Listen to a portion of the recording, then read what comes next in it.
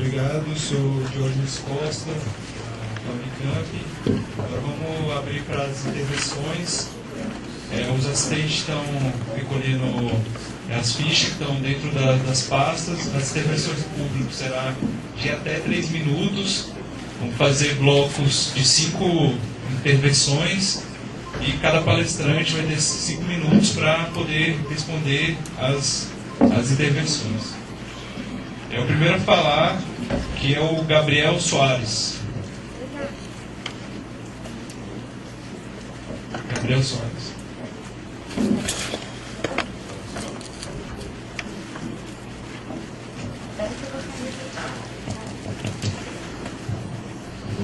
Dá para escutar?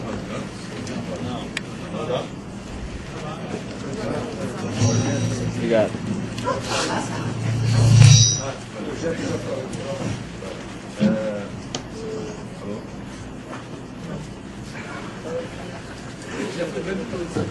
Alô? Agora? Aê, desculpa aí o atraso, não estava contando meu tempo não, né? Porque seria muito pago. Valeu.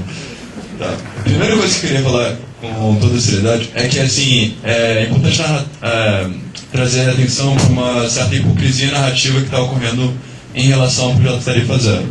Que eu falo isso, assim, se você abrir para a página 9 do sei lá o que é isso aqui, você vai ter a imagem com a projeção elaborada pela Secretaria de Transportes que aponta o colapso do sistema viário do DF em 2020. Ou seja, todo mundo com quem eu já falei do governo, em qualquer instância, enquanto membro da MPL, sempre fala porque a gente tem que desincentivar o uso de carro, a gente tem que incentivar o uso de transporte público. E aí eles falam sobre tarifa zero e eles criticam que tarifa zero vai levar a uma grande aumento do uso de transporte público e um desincentivo ao uso de carro. Né? Então, tipo, o que todo mundo fala que é uma coisa que tem que acontecer é usado como crítica ao tarifa zero, o que aconteceria muito rapidamente, etc. Mas, de certa forma, apresenta uma solução para um problema que é problema só quando se fala sobre tarifa zero. Assim.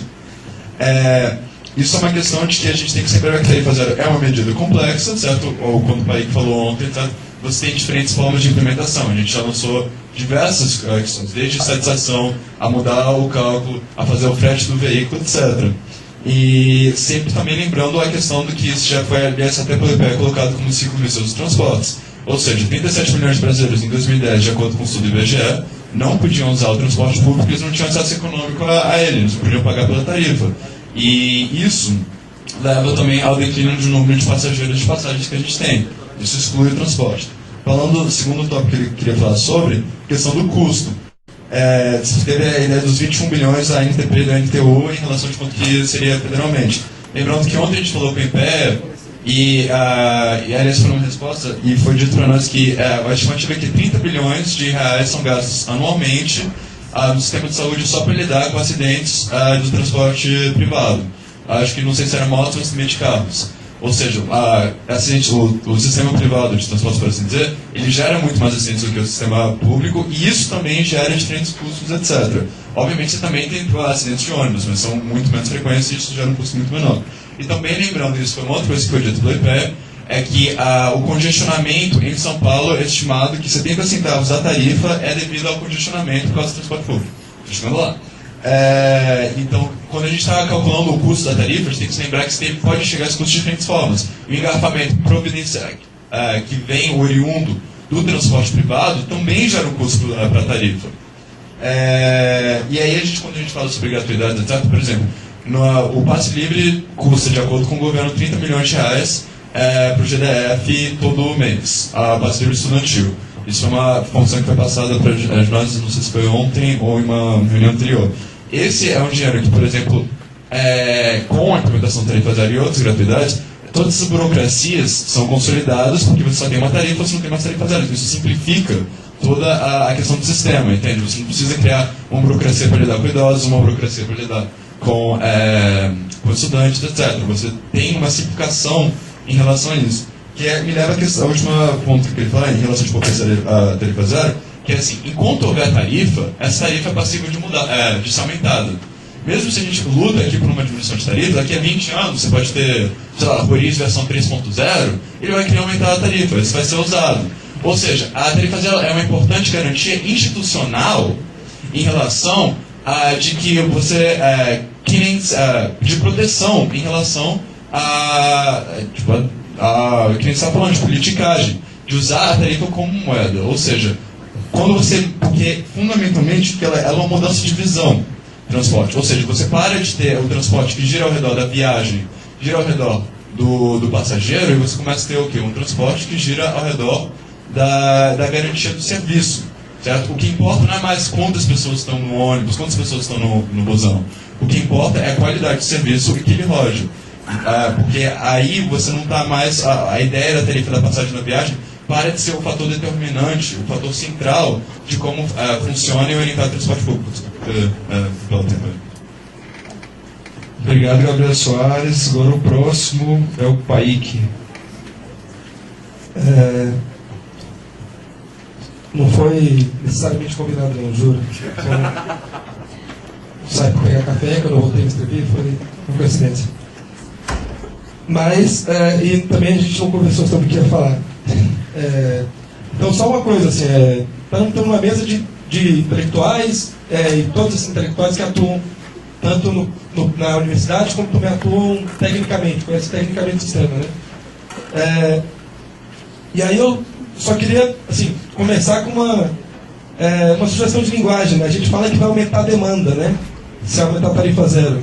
Mas quando eu falo aumentar a demanda, parece um custo, né? Mentira, vai aumentar a minha capacidade de poder visitar minha avó no Novo Gama. Vai aumentar a minha capacidade de poder visitar meu pai no Gama. Vai aumentar a minha capacidade de visitar a minha família em Planaltina. Isso que é a demanda que vocês estão falando. Isso não é demanda. Não vem, essa palavra tem uma carga equivocada, né? Acho que aumenta o meu direito, a minha capacidade de ir e vir pela cidade, aumenta outra coisa. Se a gente chamar só de demanda, parece que aumenta um custo. Não, aumenta um direito, aumenta a liberdade. E aí tem um segundo comentário que é de que, bem, eu sou acadêmico também, a nossa academia, e a característica da ciência, ela descreve coisas, ela projeta coisas e ela compreende coisas. A ciência não propriamente imagina coisas, né? Não seria tarefa da ciência imaginar. Então a nossa capacidade de imaginar é pequena, porque a capacidade de imaginar está na política, está na criação social. E essa capacidade de imaginar é que impede que o corpo técnico possa imaginar o que seria uma sociedade com tarifa zero. Como possivelmente o corpo técnico não conseguia imaginar o que seria uma sociedade pós-escravista, como possivelmente o corpo técnico poderia imaginar o que era uma sociedade pós-evolução industrial, porque não era o que existia na época. Se não é o que existe na época, você não consegue imaginar, porque os dados não dispõem. Foi o que o subsecretário de Transporte falou ontem. Nós não conseguimos imaginar a demanda, porque nós só conseguimos imaginar o trajeto que existe para o trajeto que a demanda de onde sai para a demanda de até onde chega. Ou seja, essa nossa incapacidade de imaginar é que nós estamos querendo apresentar aqui, que politicamente nós precisamos imaginar, fazer projeção, fazer slide, 3D, certo? Vamos imaginar como seria uma sociedade com tarifa zero. Todo mundo chega em casa e escreve uma redação. Minha vida com tarifa zero. O que aconteceria? Vamos passar essa imaginação que a gente consegue imaginar os problemas, prever mais coisas. E, nesse sentido, para mim hoje, o principal impacto da tarifa zero é que a incapacidade de imaginação do nosso corpo técnico, no qual eu me incluo, né? Quem estuda, sou acadêmico, etc., estudo mobilidade urbana, tem essa incapacidade de imaginação também. Politicamente, no movimento Passo Livre tem. Eu, pessoalmente, não. A incapacidade do corpo técnico, a falta de coragem do governo em apresentar para a sociedade, faz que o principal impasse da tarifa zero é que hoje o poder público sem perdão da palavra, bunda mole com relação à implementação de uma política ousada que possa criar coisas e vai gerar problemas, e esse problema, a solução deles é a solução da mobilidade urbana no DF. Então,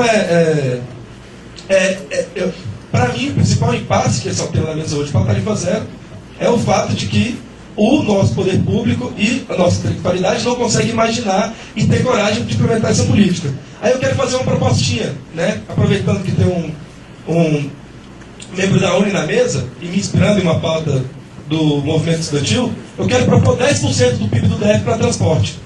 E o PIB do DF, ano passado, foi 28,5 bilhões de reais. Ou seja, o cálculo apresentado pelo Ednardo, de que seriam absurdos 1,5 bilhão por ano, certo? Não chega a 5% do PIB. É 5% do PIB. 5% do PIB investido para transporte faria com que a tarifa fosse gratuita para todo mundo. Se a gente duplica esse valor, a gente chega a 10% do PIB do DF, que é nada. para o serviço que é essencial, porque se não tiver, a cidade para. Então a gente amplia a capacidade de funcionamento da cidade com 10% do PIB só. Isso não é nada. Isso não é nada. Nada. Tá? 10% do PIB é muito pouco dentro do orçamento que a gente tem. E você fazer reforma tributária sem rever o IPTU, porque hoje o apartamento do DF em 10 anos aumentou 10 vezes o valor do apartamento. O apartamento custava 100 mil em 99, 2000, 2003. Hoje custa 1 milhão, 1 milhão e meio. Vou concluir. Então, essa falta de revisão que você citou aí é um mecanismo para coibir a especulação imobiliária. E como a especulação imobiliária é o que hoje circula dinheiro no DF, a Câmara Legislativa politicamente não rever o IPTU para que não possa coibir, para que esses investimentos internacionais venham. Mas, se quiser rever esse investimento, é isso daí que financiaria para ir para zero. Se não quiser rever, pega 10% do PIB. Vamos ter essa coragem. E largar de segunda mão. Obrigado, Kaique. Quem quiser fazer uma pergunta e solicitar as apresentações, é só enviar um e-mail para mobilidadeurbana.gdf, tudo junto, @gmail.com. Repetir aqui, mobilidadeurbana.gdf@gmail.com. Agora gostaria de passar a palavra para o Eduardo Basini, do Ministério do Planejamento. Que moço? Bazani, desculpa. Bom dia. Tá ligado? Bom dia. Eu queria perguntar para todos, pro Ednardo e pro Paulo César também, talvez. Deixa eu dar uma olhada aqui no microfone, tá desligado. Tá? Ei. Esse tal tava muito baixo. Alô? Ei, esse aí tá. Legal. Perguntar ali pro Ednardo, pro Paulo César, talvez. Foi colocado a demanda como função da renda e do preço, principalmente. Talvez de outros modos, mas principalmente como função da renda e do preço do serviço. Bom, eu entendo que uma redução no preço da tarifa, ou até mesmo a tarifa zero, estimularia muito o aumento da demanda, estimularia muito a entrada de novos usuários. Mas, assim, eu vejo que não é só isso. Tudo depende da qualidade do serviço, assim, do que o serviço oferece. O ser humano ele é racional, o consumidor ele é racional, ele consome o serviço. Eu bati com o carro, estou 2 semanas sem carro usando o transporte público aqui. Aí o que eu percebi? De carro eu levo da minha casa, eu nem moro aqui no plano, eu moro no Guará, mas da minha casa para o Ministério, 20 minutos, 20 a 25 da hora que eu saio. De transporte, em todas as opções, você pegar o ônibus até o metrô, pegar o metrô, do metrô para a Esplanada, ou você tentar ir direto de ônibus, eu não levo menos do que 45 minutos.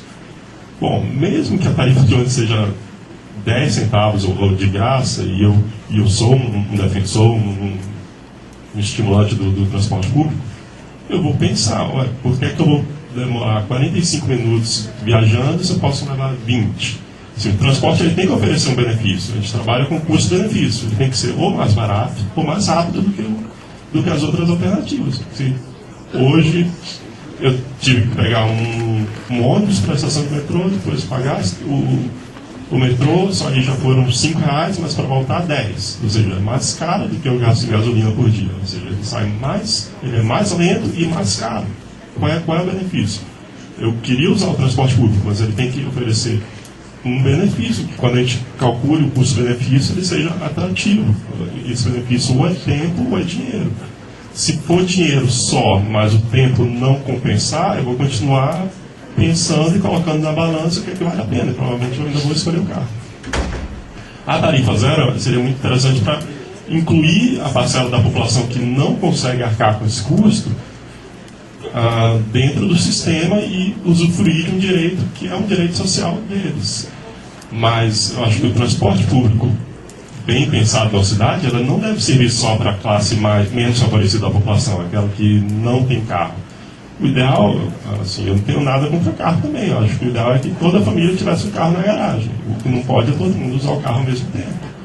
Então, o transporte público ideal seria que fosse atrativo para todo mundo usar, inclusive as pessoas que têm carro.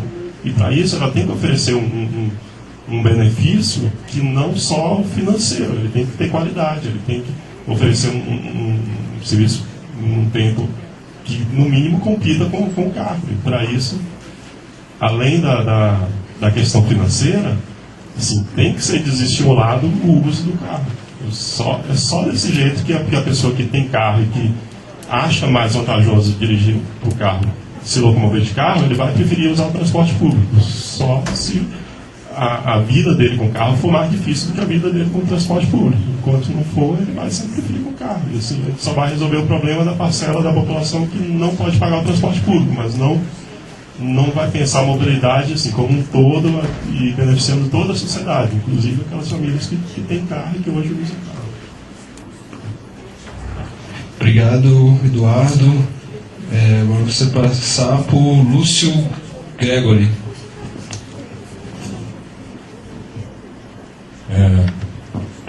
Gregório, mas a influência norte-americana é forte mesmo, né? Que eu vou fazer. A minha pergunta, iniciada por uma consideração rápida, veja, não há dúvida para mim de que a discussão que existe proposta pela tarifa zero, e isso foi desde quando eu a propus em 1990, é uma proposta que diz respeito a duas questões essenciais.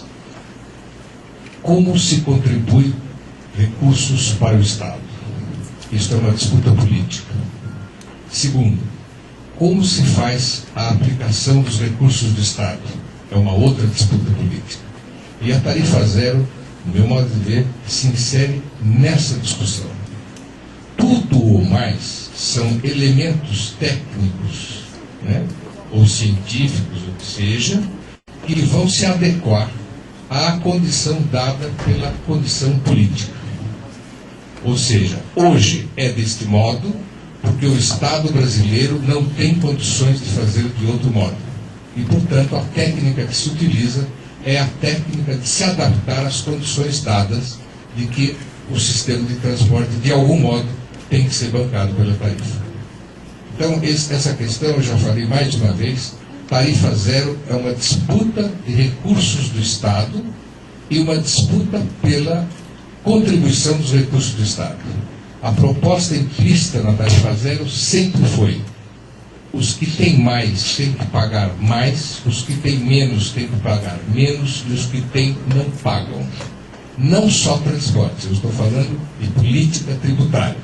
E essa discussão eu vejo constantemente sendo dadas voltas e voltas e voltas, mas dificilmente se consegue fazer uma discussão profunda sobre o estatuto da justiça tributária no Brasil, instaurada na ditadura em 1966, que é um modelo que, com várias e trocentas pequenas transformações ali e acolá, ainda é a matriz que gere, que determina esta forma de como se contribui para o Estado e como se utiliza os recursos do Estado. Reitero, é uma disputa política. Aos técnicos, cumprirá fazer aquilo que a determinação política disser que deverá ser feito. E se encontrarão as técnicas necessárias para fazer a política assim determinada. Isso não há dúvida nenhuma. A segunda é a pergunta mesmo.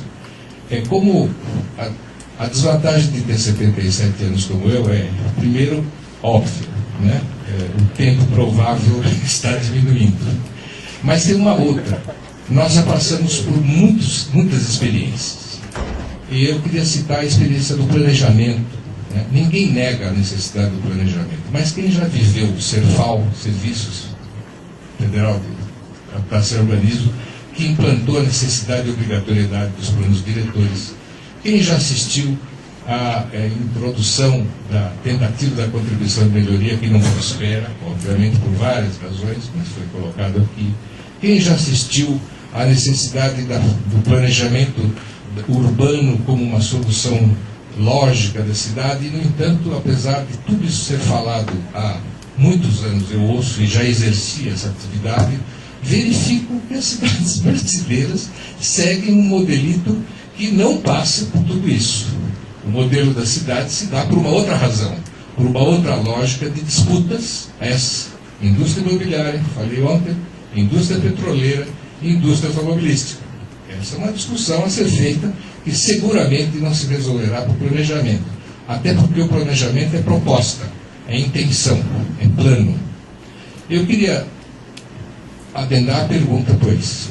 Há uma unanimidade hoje de que a qualidade do transporte coletivo urbano é fundamental, passo, talvez, primeiro de todos, né, para que realmente se faça, agora sim, uma disputa competitiva com o transporte individual, que é o grande vilão do congestionamento, da poluição e dos custos marginais de saúde, etc., né, externalidades.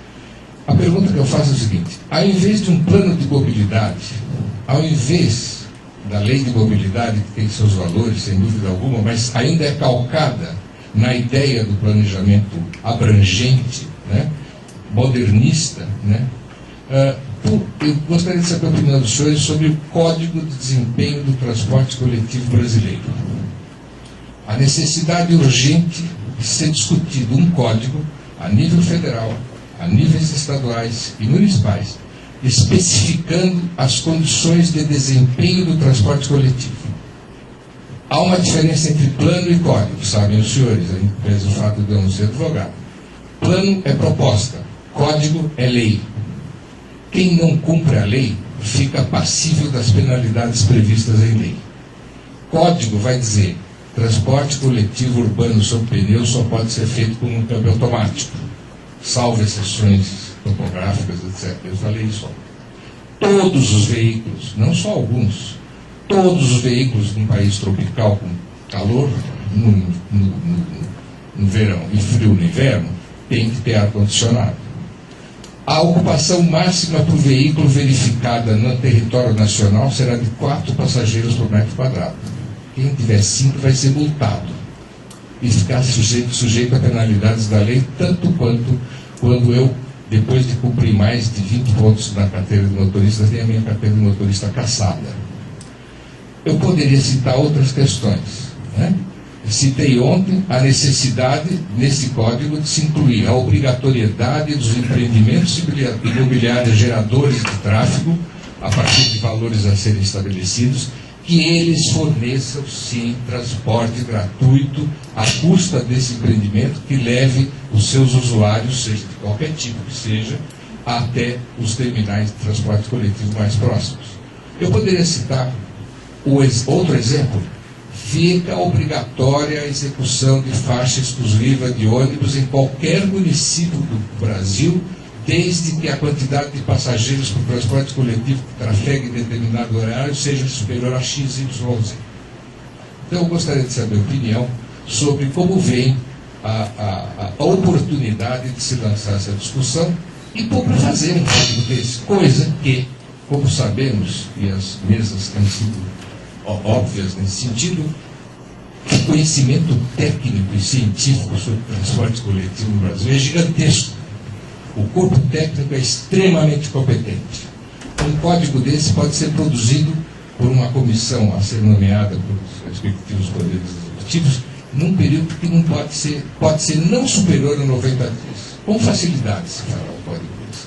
Emitido um código desse e levado às assembleias, etc., aos poderes legislativos, isso deverá ser incluído como parte integrante das constituições municipais, estaduais e, se for o caso, a federal, de modo que isto passe a ser uma obrigatoriedade de difícil mudança pelas exigências legislativas que existem, mudanças em códigos constitucionais.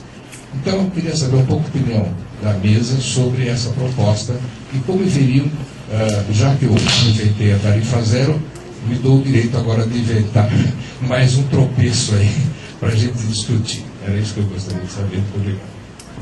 Obrigado, senhor Lúcio. Agora eu gostaria de passar a palavra para o Albuquerque.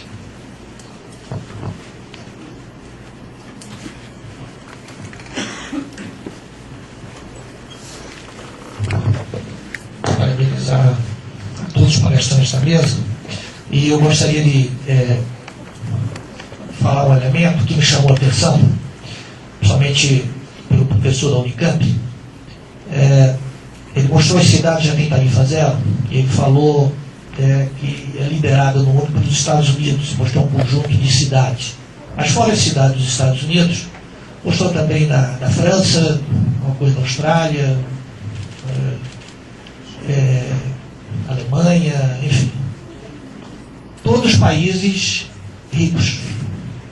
Ele não mostrou da Bolívia, Congo, o mesmo Brasil. O Brasil já começou alguma coisinha, né? Então, eu queria fazer a primeira pergunta. Quais os motivadores que essas cidades ricas, e é de um número bastante expressivo, quais são os motivadores para a implantação da tarifa zero nesse país? Não me parece que seja essencialmente uma coisa social. Pode ter uma certa dimensão social, mas eu não acredito que tenha sido essencialmente uma questão social. Então, eu queria que o professor fosse, além daqueles gráficos colocados, tentasse ver os motivadores para isso. Essa é a primeira questão. A segunda questão é, a gente sempre, quando vem falar de serviços aqui no país, enfim, sempre vai pela linha do custo e não pela linha do investimento. E nesse ponto, acho que a mesa, pelo menos no dia de hoje, eu senti um pouco de falta de uma abordagem no sentido do que isso significa em termos de investimento. Investimento do ponto de vista social, mas principalmente do ponto de vista realmente de gerar riqueza. Porque no momento em que uma família vai ao teatro, vai ao cinema, agora a gente tem o Vale Cultura, né? E ele pode deixar de pagar o transporte, na certa, com toda certeza, ela poderá gastar esse dinheiro com outras coisas. A compra de um livro, de fazer um curso de fotografia, de comprar uma cerâmica em São Sebastião, Ceilândia, ir a uma comunidade quilombola, consumir coisas. De certa forma, isso reverte, e aí o professor falou da reforma tributária, agora há pouco, isso refere também em riqueza. Eu queria saber se já existem estudos, né, que faz essa conta de que a tarifa zero se reverte, na verdade, em riqueza. Porque toda riqueza na nossa sociedade, nós humanos, ela se faz com a fruição de conhecimento, a fruição de contatos, em que a tarifa zero vem facilitar esses elementos de fruição para gerar riqueza. E principalmente a gente viu que o transporte, pelos fatos apresentados pelos palestrantes, 60% é na geração de riqueza, no trabalho. Quer dizer, a tarifa zero não vai gerar novos aspectos de trabalho e de geração de riqueza. E a segunda pergunta é justamente essa: se existem estudos, se existem apontamentos que possa trazer indicadores de qual seria esse aumento de riqueza na sociedade, tanto do ponto de vista a curto prazo, do ponto de vista quase imediato, como do ponto de vista mais a médio prazo. O quanto de riqueza seria incrementada a partir da tarifa zero, com esse aumento de fruição, como o companheiro o primeiro que fez a pergunta ali no canto, lá direito, falou que existe uma demanda, não é que vai aumentar a demanda, é que a gente vai liberar a demanda. A demanda existe, ela está reprimida, ela está lá. Nós vamos liberar, e essa liberação pode gerar riqueza. O quanto de riqueza seria incrementado, e se existem estudos que mostram nos países ricos, né, que implementaram a tarifa zero, o quanto foi desse incremento de riqueza. Obrigado, senhor Albuquerque. Agora eu gostaria de passar a palavra ao senhor Ednardo, do DefTrans, para responder, começar nesse bloco de perguntas. Eu vou tentar abordar alguns tópicos talvez mais pertinentes à minha apresentação, e em cima disso eu creio que eu posso responder várias perguntas talvez ao mesmo tempo. E como todas as pessoas na mesa também, que também são pertinentes ao tema, não queria esgotar o assunto, tá? Eu achei interessante os comentários sobre a questão da demanda, tá? Perdoe-me o termo técnico, é um termo seco, né? É que nem eu imagino que é um médico no hospital que ele fala o paciente, assim. Claro que há uma secura no termo, mas é o cotidiano do trabalho. Mas eu achei bem interessante o comentário do senhor Albuquerque, sobre a questão, não é a questão de aumentar a demanda, a questão de liberar a demanda. Gostei tanto do termo que eu vou colocá-lo aqui, tá? A gente fala demanda porque eu estou acostumado com a demanda manifesta, né? Que é o que a gente chama de demanda manifesta, é a demanda que hoje está efetivamente usando o transporte coletivo. Mas a gente sabe que existe uma demanda grande reprimida, que essa é a demanda liberada quando você tem políticas tarifárias que abrem espaço para as pessoas, tá? Mas só vou fazer alguns comentários sobre algumas coisas aqui rápidas, para não ter aqui. Lembrando sempre que eu trabalho no DEFTRANS, o órgão está aberto para discussões. Esse debate não precisa encerrar aqui, a gente está aberto lá para esticar a conversa caso haja o desejo disso. Tá? Existe um conceito econômico que é a elasticidade. Então o que acontece é o seguinte, é uma situação meio complicada, mas vou tentar explicar que é a seguinte. Hoje, lembrando que eu vou falar só de Brasília, tá? Eu não vou ficar discutindo o Brasil, porque aqui o tema é especificamente Brasília. A classe média de Brasília, ela é grande e ela tem uma renda alta. Então o que acontece? A redução da tarifa sozinha, ela não atrai o passageiro do veículo, classe média alta, para o transporte público. Porque para essa pessoa hoje, a renda dela em relação ao custo de transporte é, entre aspas, é muito pequena, esse impacto. Então, por exemplo, hoje a classe média de Brasília e a alta, ela não anda de ônibus porque é caro. É caro para a classe mais baixa, economicamente falando, classe mais pobre. Mas a classe média e alta, ela não seria atraída meramente pela tarifa zero. Então, o que acontece? Por que comentei isso? Ela não é afetada nesse sentido, então, por exemplo, aspectos que eu citei como especulação imobiliária e ocupação de veículos no sistema viário não seriam mitigados com meramente a tarifa zero, apenas com ela, porque essa migração seria pequena. O que aconteceria seria um grande aumento na demanda reprimida, que é essa pessoa que seria liberada para fazer viagens que não tem. E essa pessoa estaria, lembrando sempre que a apresentação foi variáveis de curto prazo. No curto prazo, a implementação de uma tarifa zero, ela não tiraria do sistema de transporte as principais impedâncias hoje, que é a especulação imobiliária, e também não tiraria o carro da rua, tá? E traria muita gente para o sistema, lembrando quando eu falo muita, não sei se é 20, 30, 50, 100%. Realmente, qualquer estimativa em cima disso, para mim, eu não conseguiria fazer, tá? Porque realmente eu acho que é um fenômeno novo, teria que ser analisado, tá? Então, é nesse sentido que uma tarifa zero de curto prazo, sem haver melhorias em vários outros componentes do sistema de transporte, haveria até, na verdade, uma piora de um serviço que já é ruim para uma população que já é mal atendida. Essa é uma preocupação grande que a gente tem. Eu vou dar um exemplo básico que é o seguinte, por exemplo, o Parque Brasil ou qualquer parada de ônibus destino na Asa Norte. Se vocês passarem na hora do pico lá, 5 horas, 6 horas da tarde, todas as paradas já estão abarrotadas de gente.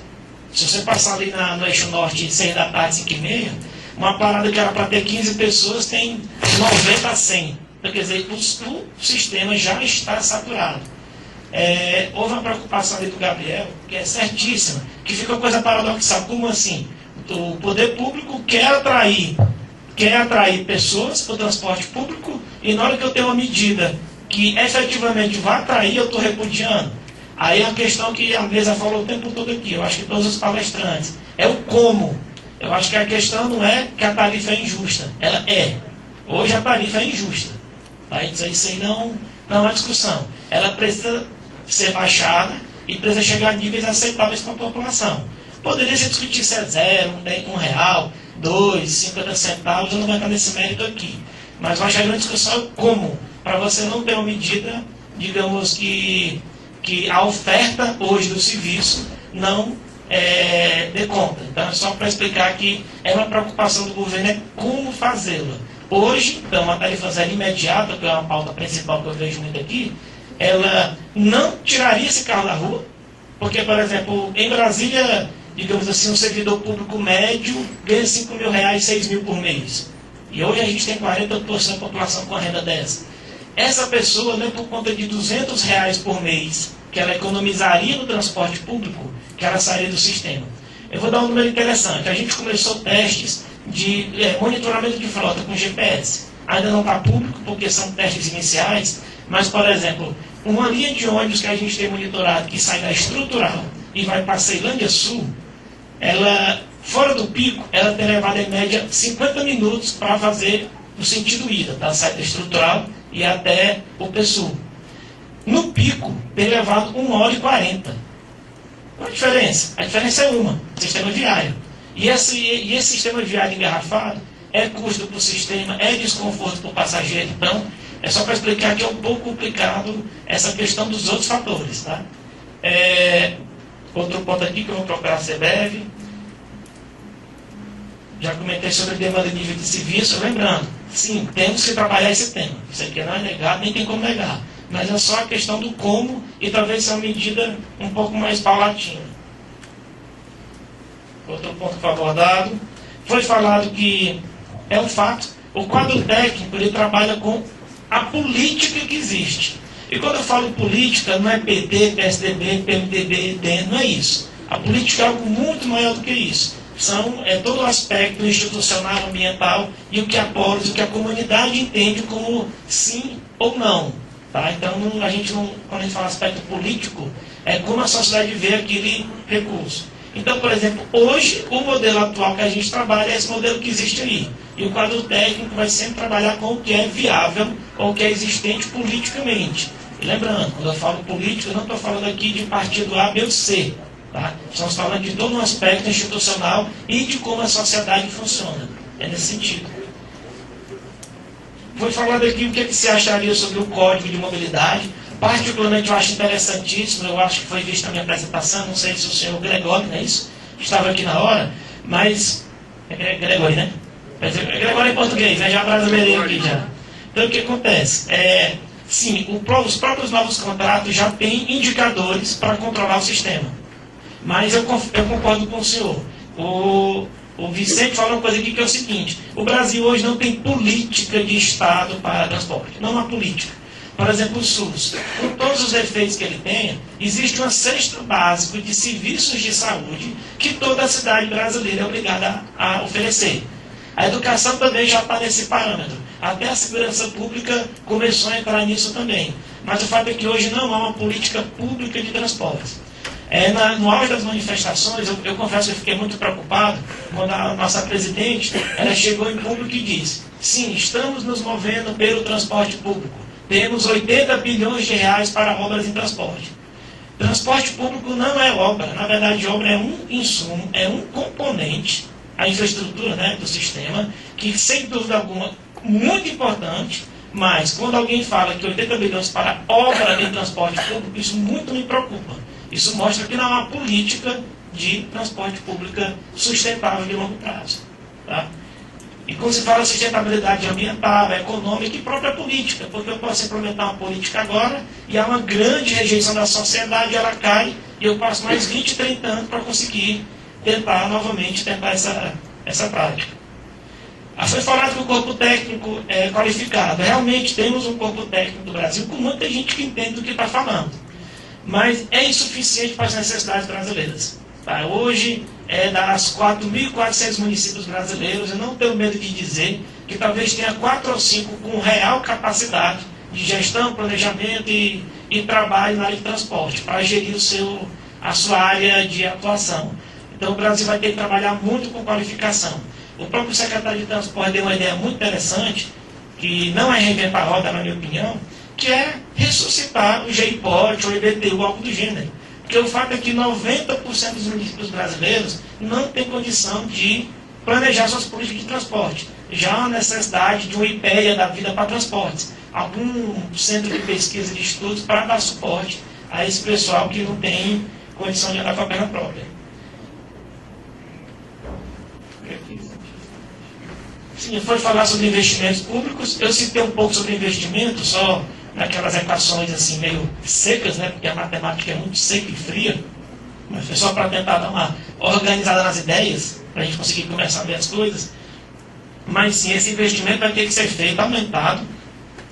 E não só em obra, é toda uma questão realmente de o Brasil comprar essa ideia de mobilidade. O fato é que as manifestações de junho, que eu acho que não podem deixar de ser citadas, Elas tocaram uma ferida que, expressão minha agora, a verdade é que todo mundo estava se fingindo de cego. Todo mundo sabe que, por exemplo, eu conheço algumas cidades brasileiras, e quem conhece sabe, eu nunca moraria na cidade de São Paulo, por uma razão simples, eu não aguentaria aquele trânsito. Isso é uma frase que todo mundo já falou na cidade. Então, mobilidade não é, há muitos anos, mais uma coisa que pode ser desprezada. Virou uma das principais pautas. O país, que já citou isso outras vezes, e é fato, a mobilidade te dá acesso a todos os serviços. Saúde, educação, segurança, lazer, até sua família, tudo mais. E realmente eu acho interessante em outras apresentações trabalhar melhor com ver o investimento em mobilidade não apenas como investimento social, que é importantíssimo. Só isso já justificaria o investimento, só isso. Mas é interessante que também haja feito mais estudos de viabilidade econômica. Eu agradeço mais uma vez a atenção. Desculpando mais uma vez a gente não poder se estender, mas já estamos bem estourados de tempo, mas eu me coloco à disposição para qualquer discussão fora desse recinto aqui. Obrigado, senhor Edinardo, da Estudantes. Vou passar agora para o senhor Paulo César, da UNB. Obrigado. Vou tentar ser telegráfico aqui para ver se consigo. Eu não vou responder a tudo, eu estou avisando que não. A gente continua conversando no almoço, continua conversando depois, fora daqui e tal, mas vou tentar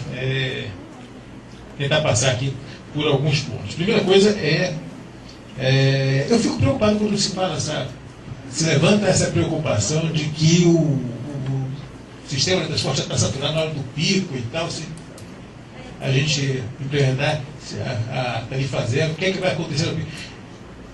Pode ter certeza, ninguém a mais vai para o ponto de ônibus do eixinho no horário de pico. Não vai ter esse, né? Porque já está saturado. Não é esse o ponto. Ninguém vai deixar porque é de graça, e aí vai para o suplício. Não vai. Vai usar a frota ociosa, a capacidade ociosa ao longo do dia. Aí sim, se você tem a opção de fazer, aí você faz. Então não se preocupe com isso não. Né? Essa demanda, entre aspas, a mais que vai aparecer, não vai ser nos horários críticos, vai ser fora deles. Né? Outra coisa que eu falo a tarifa zero não vai resolver isso. Não vai resolver muita coisa. A tarifa zero não é essa remédio para todos os males. Não é o elixir, não vai ser. Né? Vai ter algum impacto importante que vai se consolidando ao longo do tempo, não vai acontecer tudo imediato, e a gente vai precisar planejar. O que a gente precisa é mudar o paradigma, mudar a forma de pensar. Já aproveitando aqui, ia falar daqui a pouco, mas já aproveitando aqui o que o Paíque falou, é verdade, né? A ciência, a academia e tal, ela é muito produtiva para analisar cenários, estudar a realidade, descrever, etc. e tal, para inventar, não.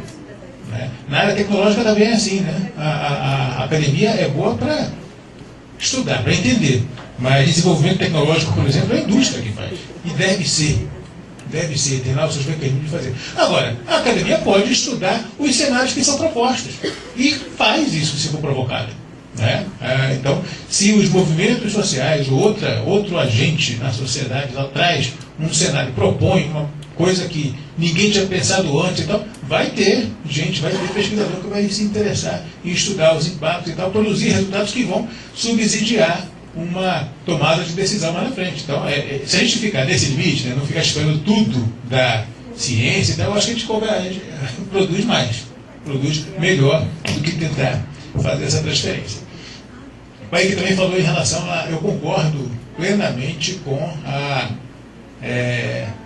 a redução do assunto a um estudo de demanda. Né? A demanda, a gente faz isso, né? Os técnicos fazem isso, a gente estuda a demanda manifesta. Eu falo isso no estudo de bicicleta, né? Que a gente aprende a dimensionar infraestrutura para atender demanda. Aí conta carro, sabe quanto é que vai ser e tal, projeto e tal. Bicicleta não está lá porque as pessoas não se sentem seguras para a bicicleta. Então é como se não existisse. Mas quando você oferece as condições, seja com a infraestrutura ou não, quando essas condições aparecem, a demanda se manifesta. Então chamar de demanda é reduzir o problema, né? Reduzir o assunto. Não é traduzir, não é demanda. De fato, estamos falando de direitos. Como eu também não gosto de falar de usuário. Né? A gente não está falando de atender às necessidades do usuário. Não, a gente está precisando falar de cidadania. As pessoas têm direito à cidade, têm direito a esse serviço, atender a isso, então é todo mundo. Não é melhorar um sistema ou oferecer um sistema de mobilidade, de transporte para o usuário. Não, é para a cidade. E todo mundo vai ter direito a isso, a ter acesso ao direito ao que a cidade oferece. Né? Eu acho que essas coisas precisam ser... Parece uma coisa meio pequena, uma firula e tal, mas é uma forma de pensar. É isso que mudam os paradigmas. Né? O Lúcio estava falando sobre tem que mudar a forma de pensar, o modelo tributário tem que mudar. É verdade, senão a gente fica pensando naquela caixinha e não acha a solução. Fica rodando em círculos ali, não acha a solução, porque não muda a forma de pensar. Tem que ter um elemento novo, a gente tem que começar a se pautar por um paradigma diferente, seja em relação ao modelo tributário, seja a forma de financiamento de qualquer coisa que seja serviço público, de interesse público. Precisamos mudar o paradigma. Eu estou chegando nos 5 minutos, então tem que ser mais telegráfico ainda. Reduzir, o Eduardo falou sobre a redução da tarifa, aumento da demanda. Já critiquei aí os termos, então vamos manter assim, só para repetir. É verdade, isso vai acontecer. Isso pode significar um problema, né? Mas acontece que se a gente não, mesmo que a gente não melhore a qualidade imediatamente, a tarifa zero já significa deixar de penalizar quem já está passando por um serviço ruim. Então, enquanto a gente não melhora, não adianta implementar essa tarifa zero. Tudo bem. E, enquanto isso, quem está penalizado continua pagando por um serviço ruim. E é ele que paga sozinho? Não está errado. Está errado. Então, alguma coisa tem que começar. Tem que começar por algum ponto. Eu acho que a tarifa zero é um ponto importante. Isso provavelmente vai... Se a gente pegar o que diz a carta que todos nós recebemos aqui na pasta, né? A carta do Conselho, lá no 4º parágrafo, diz assim: a melhoria nas condições de vida dos brasileiros e das brasileiras aumenta as exigências em torno de mais qualidade no atendimento à população. Isso está na carta que o Conselho está dizendo, quem nos chamou aqui, quem nos convidou. É mais ou menos isso. Né? A gente implementa a tarifa zero, melhora a qualidade de vida de alguma forma, pelo menos assim, é uma despesa a menos que as pessoas vão ter. Isso significa que vai potencializar as reclamações, as demandas por melhoria de qualidade e outros aspectos, inclusive no próprio sistema de transporte. Isso é positivo. Vamos trabalhar assim, vamos fomentar assim, é melhor do que não. Enquanto a gente não resolve os outros pontos, deixa como está para não mexer muito nisso. Enquanto isso, né, as pessoas que estão penalizadas continuam sendo penalizadas. Código. Concordo absolutamente. A gente deve projetar isso, né? Transformar, sair dos planos e transformar em leis para serem seguidos. O problema que eu vejo eu sou um pouco cético nos códigos que... O Código de Defesa do Consumidor é um sucesso, o Código de Trânsito, né? Esses códigos, Código Penal e tal, tudo que diz respeito à legislação que enquadra, penaliza, pune, ou privilegia, retribui, etc. e tal, para as pessoas funciona melhor do que quando isso se reverte para o próprio Estado. Né? A gente cria o código, ótimo, a legislação é assim, obriga o poder público a fazer isso. Se ele não fizer, como é que é essa penalização? O que é que vai acontecer para... Aí a coisa fica mais complicada em termos de implementação. Então eu acho que é positivo. A mesma dificuldade que o Lúcio vê em mudar um código que já existe, eu vejo em implementar um código novo. Depende de correlação de forças. Então eu acho a medida boa, a proposta é ótima, mas a gente vai ter que saber trabalhar como fazer isso vingar. Rapidamente, Albuquerque. Eu não sou um pesquisador da área para dizer quais são os elementos quais são os projetos de pesquisa sobre a influência da redução da tarifa, ou tarifa zero e tal, em termos de geração de riqueza. Não sou. Agora, tem vários estudos que falam em termos de redução do chamado custo de vida, o que é que isso gera em termos de geração de riquezas. Né? É isso que ele está falando. Né? A tarifa zero é redução de custo de vida. Então, pode ser, eu não sei, pode ser que tenha estudos mais específicos sobre tarifa zero no transporte coletivo, é provável que exista, eu não conheço, mas a gente pode fazer analogias, pode usar os mesmos argumentos em qualquer medida que signifique redução de custo de vida. Né? Daí o IPEA para falar sobre isso melhor do que eu. Já foi o tempo, né? 3 coisinhas só. Mas muito rápidas. Do que foi falado aqui na mesa. Piratas competem com o sistema, isso também onera o sistema, é custo. Pirata não vai competir com a tarifa zero. Então você elimina um problema sem precisar se preocupar em combater. O Vicente falou em relação à legislação que obriga a determinação das fontes quando se atribuem as gratuidades. Podia ser melhor, é fraco a legislação disso, podia ser melhor se o dispositivo que estava presente na redação original da Lei 12.587 fosse mantida. Infelizmente foi vetada na sanção presidencial, foi vetado esse dispositivo, que obrigava a quem fosse conceder gratuidade a dizer de onde vinha o dinheiro sem poder diluir na tarifa. Esse dispositivo estava na lei, foi vetado. Também para o Vicente, não se preocupe tanto quando a gente fala assim, tem que ver onde é que vem a verba, etc. Tem que ter, mas ninguém está pensando, eu acho, que isso vai ter que ser subsidiado pelo governo federal. Não?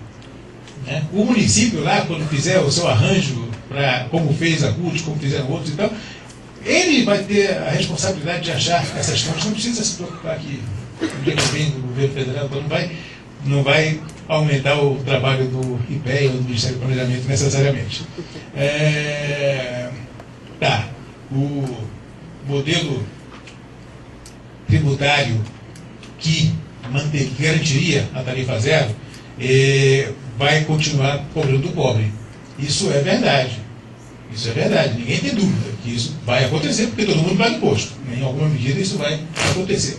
O problema é que a não existência da tarifa zero significa isenção por parte dos mais ricos, porque eles não estão pagando nada no transporte público.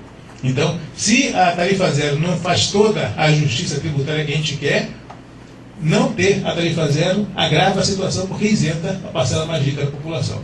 Desculpa ter me estendido aqui, mas era isso que eu queria comentar. Obrigado. Desculpe se faltou alguma coisa ainda. Obrigado, senhor Paulo César. Bem, vamos lá. Muitas coisas que eu ia falar já foram comentadas. Assim, eu acho que começar com o Albuquerque, eu acho que o ponto que ele tratou é muito importante. Assim, qual é o impacto na cadeia produtiva de qualquer tipo do custeio do sistema de transporte público? Isso a gente não tem. Tá? Até conversando, o Carlos Henrique, que apresentou ontem, teve um evento em Goiânia com o professor Aragão, também da UNB, que ele está exatamente tentando montar tornar isso uma pauta de pesquisa, ou seja, qual o impacto na cadeia econômica, qual o impacto econômico do sistema de transporte público como um todo. Ou seja, para ter um número, como eu apresentei aqui, que no caso dos Estados Unidos tem, de cada 1 bilhão gasto, gera 1,5 bi no produto interno bruto. Cada 1 bilhão gasto gera 30 mil empregos diretos e indiretos. Isso a gente não sabe. Na verdade é uma grande caixa preta e precisa ter esse número para justificar qualquer tipo de mudança, eu acho, com relação a investimentos no transporte. Tá? E isso eu acho que é um ponto importante e, pelo menos assim, no IPEA não se estudou isso. Acho que o Carlos Henrique até ficou interessado, talvez ele coloque isso no plano de trabalho 2014 para formalizar isso como uma linha de pesquisa interna. Tá? Um outro ponto, eu acho que a partir da fala do Gabriel, realmente, as externalidades que o transporte gera são muitas. Tá? E algumas são computadas, outras não. Por exemplo, no caso do transporte público, caso haja uma alteração de tecnologia, tá? Eu tenho uma externalidade direta que pode ser financiarizada, que é a questão da emissão de carbono.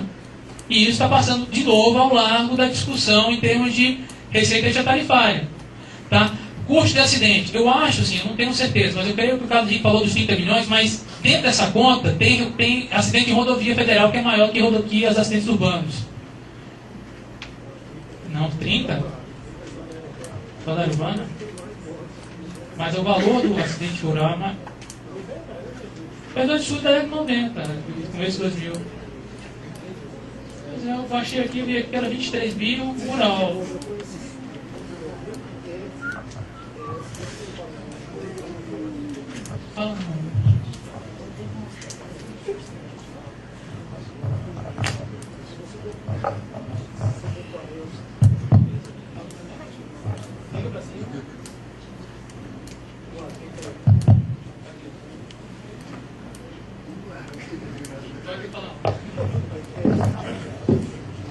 Você considerar o óbito na rodovia com o óbito no cenário urbano, eu não sei porque eu vi esse estudo do IPE e fiquei perplexo, porque é quase o dobro, ou mais até.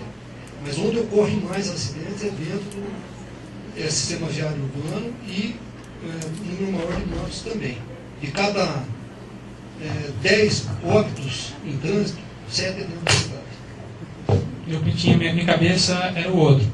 Mas então, retomando, essa questão das externalidades, elas podem ser quantificadas e, por exemplo, se for realmente uma política de Estado, colocar tudo isso no bolo. Olha, o efeito econômico direto, as externalidades geradas no transporte público, o impacto é X. Tá? Então, em termos da sociedade, em função disso tudo, desse pacote todo, por exemplo, justifica dar um desconto para aplicar a tarifa zero, para ter uma política mais forte de mudança modal, mudança de tecnologia para melhorar a qualidade e reduzir as externalidades. Isso é possível, tá? Mas tem que ser novamente uma política de Estado. No caso do país, essa questão das... que eu acho que assim, eu já fui funcionário público do GDF, na Secretaria Pública de Planejamento Urbano, trabalhei com planejamento urbano junto com o transporte, e eu acho que eu vou falar um pouquinho, acho que em nome das pessoas que fazem planejamento urbano, que fazem planejamento de transporte no Distrito Federal. Tá? Eu acho que eles não são bunda mole, não. Tá? Eu acho que tem um aspecto de política que assim, eu acho que ultrapassa o aspecto técnico, que é o nosso nível de atuação. Tá? A nossa intervenção numa questão de política, às vezes é alterada na Câmara Legislativa do DF. Então, assim, o nível de atuação é distinto, a força política dos técnicos não é tão grande, tá? Para chegar numa apresentação pública que está registrada, chamando os técnicos todos, assim, os técnicos do Distrito Federal, eu me ponho no meio com bunda mole. Eu acho que foi um pouco pesado isso para com os meus colegas aqui. Então me colocou no meio também. Agora eu me senti. Eu me senti agora. Não, mas está errado, cara. Eu acho que tem que ter forma de falar e a maneira como você foi escolher esse termo não foi muito positivo. Tá? E com relação aos modelos, assim, o impacto na tarifa, é que você falou, a questão da imaginação. Imaginação se faz através de cenários e modelos, que é uma abstração da realidade. Na análise que foi feita pelo colega ontem, do Balbin, do estudo que eu participei, para verificar qual é o impacto de uma política social em relação ao transporte coletivo, assim, o impacto na tarifa em grandes cidades é em média de 8%, 9%. Por quê? Porque a gente está focando na política social e nas cidades mais ricas, o percentual de população que se enquadra no critério de renda é muito baixo. Tá? Mas num contexto maior, por exemplo, na hora que eu amplio e considero as cidades do Norte e do Nordeste, tem cidade que, incorporando a demanda exclusiva, considerando o critério de renda de até um salário mínimo, que é o critério de renda do Bolsa Família, estou com esse número na cabeça, mas o impacto é de 60% na tarifa.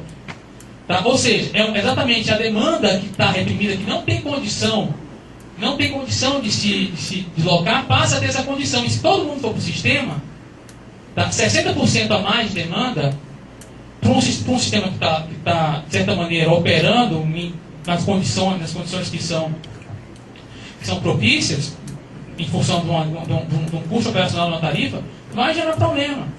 Tá? Então, é como o professor falou, esse pessoal pode usar o entrepico. Pode. Tá? Talvez, inclusive, você possa trabalhar no contexto de uma política tarifária diferenciada. Horário de pico, você quer chegar cedo do seu trabalho e sair tarde, você pode pagar. Se você quer andar no entrepico, pode ser gratuito, porque o sistema tem um custo fixo, que é dado, o custo variável, já que ele segue uma planilha operacional definida pelo órgão gestor, que é dada, tanto faz estar circulando com gente ou sem gente. O ônibus vai estar lá. Tá? E no horário de pico, como é ocioso, você pode ter uma política entre pico, uma política diferenciada, específica para esse público. Inclusive, eu acho que, em termos de estratégia de política, eu acho que em relação ao modelo tarifa, a pauta do tarifa zero, foi até interessantíssimo. Vamos fazer um teste? Vamos liberar o entrepico e ver qual o comportamento. assim, ver qual o comportamento, vamos ver o quanto de demanda é reprimida nesse sistema e ver se tem um impacto no horário de pico. Porque vai ter gente que vai deixar de gastar dinheiro, que assim, em função das suas condições socioeconômicas, de gastar dinheiro no horário de pico para utilizar o entrepico. Tá? O Eduardo não está aqui, o Eduardo Vazini, mas eu concordo com ele, assim, acaba sendo uma questão de escolha do consumidor. O usuário ele faz uma ponderação entre sua capacidade de pagamento, tá? E o nível de conforto que ele vai ter utilizando o transporte individual ou não. A questão hoje é que não existe política contrária ao transporte individual, exatamente o contrário. Então vamos dar tudo. Eu dou estacionamento de graça, eu dou um sistema viário com capacidade, e por aí vai. E não se tem nada em troca. E por fim, com relação ao código do Gregory, eu acho que assim, eu acho fantástica a questão do código. Existe até, assim, você pode vincular alguns instrumentos regulatórios para fazer esse código valer, tá? Que basicamente assim, é algo que se perdeu da década de 80. Na década de 80 você pega assim, tanta referência do transporte público ainda é a JPOT, o manual da BTU, de o quê? Década de 80, 20, 30 anos atrás. Tá? Então é algo que tem que ser revisto à luz do novo quadro. Só que nós temos um grande instrumento para você fazer valer isso é o contrato de concessão. Só que nós estamos no Brasil numa situação que o que está no contrato às vezes é esquecido, mas a grande parte do sistema de transporte brasileiro não tem contrato válido, são permissões precárias que vão se renovando, porque o poder público não enfrenta a situação de fazer a licitação de um novo sistema com base, por exemplo, num código que estabelecia os parâmetros, os indicadores e parâmetros devem ser seguidos. E no contrato, aí sim que eu faço a penalização do transporte.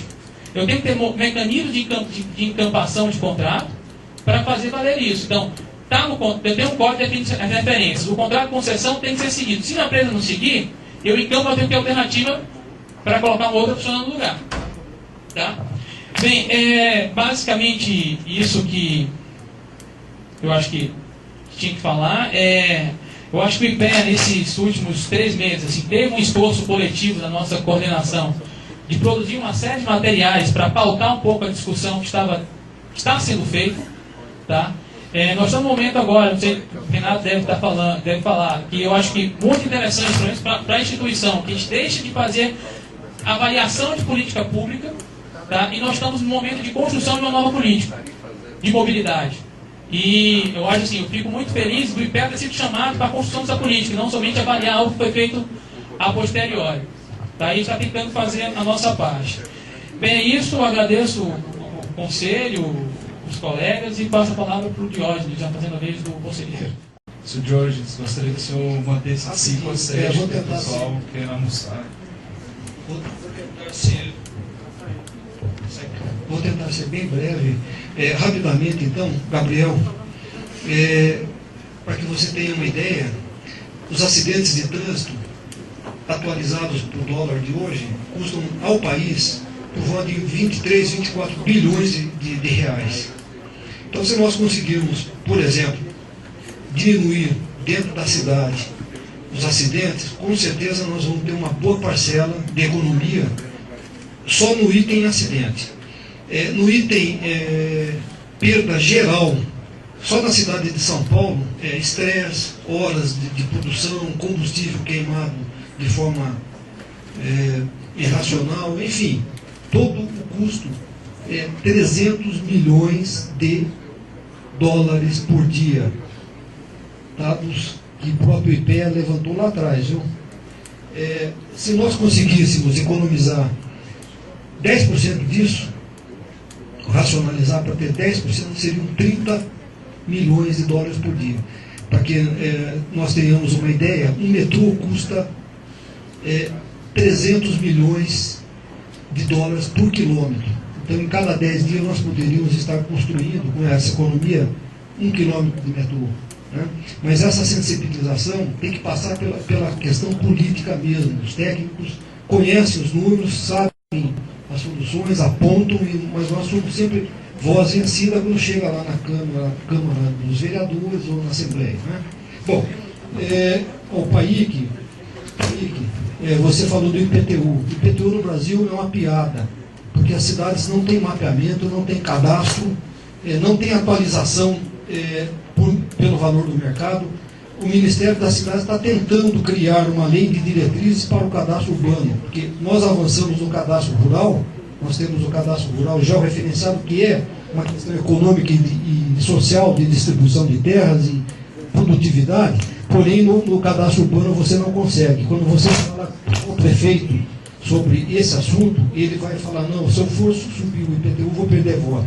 Então, passa por uma questão também política. Rapidamente, o Eduardo. O Eduardo, eu vou colocar um item aqui, que é importante, que tem que ser... O Eduardo não está mais aí. Bom, mas um item importante, que ninguém leva em conta, felizmente nós temos um negócio chamado internet. Nós eliminamos inúmeros deslocamentos em função da internet. Muita gente já está trabalhando em casa.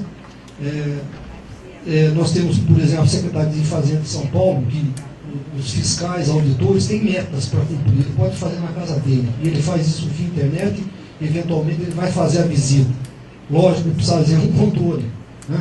E que a pessoa seja cobrada efetivamente. O funcionário pode fazer o seu trabalho em casa sem a necessidade de deslocamento, ou de deslocamentos. Então isso, eu não acredito que vai aumentar sensivelmente a demanda também. Pode aumentar num primeiro momento, mas depois eu acho que vai haver uma estabilização. Porque quem usa o automóvel, se não houver uma mudança de postura, e de cada um puxar a corda para o lado, né, incentivar o uso de queimar combustível, baixar IPI de automóvel, enquanto o Ministério da Cidade está fazendo força para ter mobilidade, acessibilidade, outros estão puxando a corda para o outro lado. Então não vai mudar. E quem usa o automóvel, realmente, como colocou o Eduardo, né, vai ser muito difícil sair, mesmo com a tarifa zero. É o raciocínio que ele falou, fica mais barato eu pagar o combustível para ir e voltar, porque eu ganho tempo.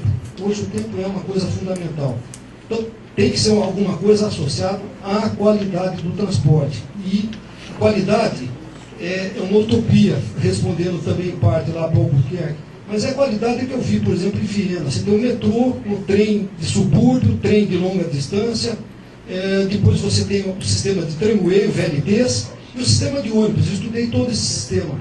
Você não fica a menos de 500 metros do transporte. Em qualquer lugar da cidade você tem o transporte. Isso também nas cidades francesas, que tem população de 300, 400 mil habitantes. Transporte sobre trilho. Então você pergunta para mim aqui, por que dá certo lá? Porque lá é uma questão também cultural. É uma questão cultural, uma questão de consciência. As pessoas são conscientes de que tem que usar o transporte público, que o automóvel é para uma necessidade extrema. Você vê as vias não congestionadas. Na França, eu estive na Normandia, também no sul da França, em Toulouse, Nantes, que é a cidade verde. É uma questão de cultura mesmo. O sistema viário de Nantes, a ciclovia, na verdade é uma ciclofaixa no meio da pista, é muito maior a largura do que para os automóveis. Mas tem o transporte coletivo, o tramway, ele roda a cidade toda, né? Outra coisa, eles têm uma questão de preocupação com o meio ambiente. Talvez eles tenham destruído tanto o mundo lá atrás que hoje o pessoal tem essa questão ambiental. Então é uma questão cultural, que eu não vi em Portugal, por exemplo. Fiz um estudo em Portugal. Os deslocamentos em Portugal em 2001 era de 40% com automóvel, hoje já é 62%. Quer dizer, e lá tem metrô em Lisboa, por exemplo, tem o VLT, tem o sistema de ônibus, mas o português adora o automóvel. Então é também uma questão cultural. Eu discuti isso com os professores da Universidade do Algarve, e eles ficam loucos também, né, mas não conseguem, eles mesmos usam automóvel, né? Falar em bicicleta tal é uma coisa. E o professor Gregori, eu sugiro o seguinte, assimilar a atitude que nós tivemos com o Código de Trânsito, que eu participei, sugiro que eu só capitaneie essa ideia. Monta uma estrutura, vamos montar um grupo e vamos trabalhar em cima disso, porque é viável, porque eu acho que é a única forma que funciona. O Código de Trânsito é um avanço monstruoso, apesar da gente ainda ter um número imenso de mortos, né? A frota aumentou, a população aumentou, mas se nós não tivéssemos esse código de trânsito, que é muito bom, que é municipalista, tem um caráter municipalista, hoje nós estaríamos com uma situação muito mais caótica do que temos. Então, convido o senhor a ser o capitão da equipe. Eu posso ser um soldado. Me dispor. Obrigado. Obrigado, senhor Jorge. O senhor Vicente pediu 1 minuto aqui para... 1 minuto, é rapidinho. É só para retificar, eu vi aqui 5 milhões a pesquisa do aglomerados urbanos, 22 bi rodovias federais e municipais. Tá? E só uma outra coisa, assim, que eu acho que uma coisa que pode melhorar a qualidade rapidamente é basicamente a revisão da planilha, porque, por exemplo, aí não é Brasil todo, mas os maiores. Aí o que acontece? Uma coisa que, assim, se você olhar na primeira linha de custo, você tem lá o custo do veículo. O veículo hoje, de acordo lá com a maioria dos contratos, são 7 anos que ele é depreciado. Então o usuário está pagando o veículo. Se por acaso eu troco um sistema, coloco um trólebus ou um ônibus elétrico, onde a vida útil é bem maior, eu deprecio ao longo do tempo o veículo, assim, mantendo a configuração atual. Eu vou depreciá-lo em mais tempo. Depreciando em mais tempo, o impacto na tarifa vai ser menor até do que o sistema atual e com um resultado de qualidade bem mais direto.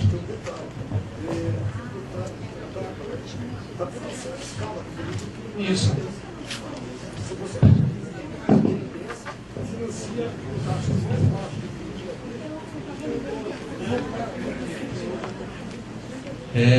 Quero agradecer aqui aos palestrantes e agradecer ao público que ficou até agora. Agora já está liberado para o almoço e 2 horas vai ter a outra mesa. Obrigado, pessoal. E quem quiser mandar perguntas ou apresentações, é só mandar por e-mail mobilidadeurbana@gdf@gmail.com.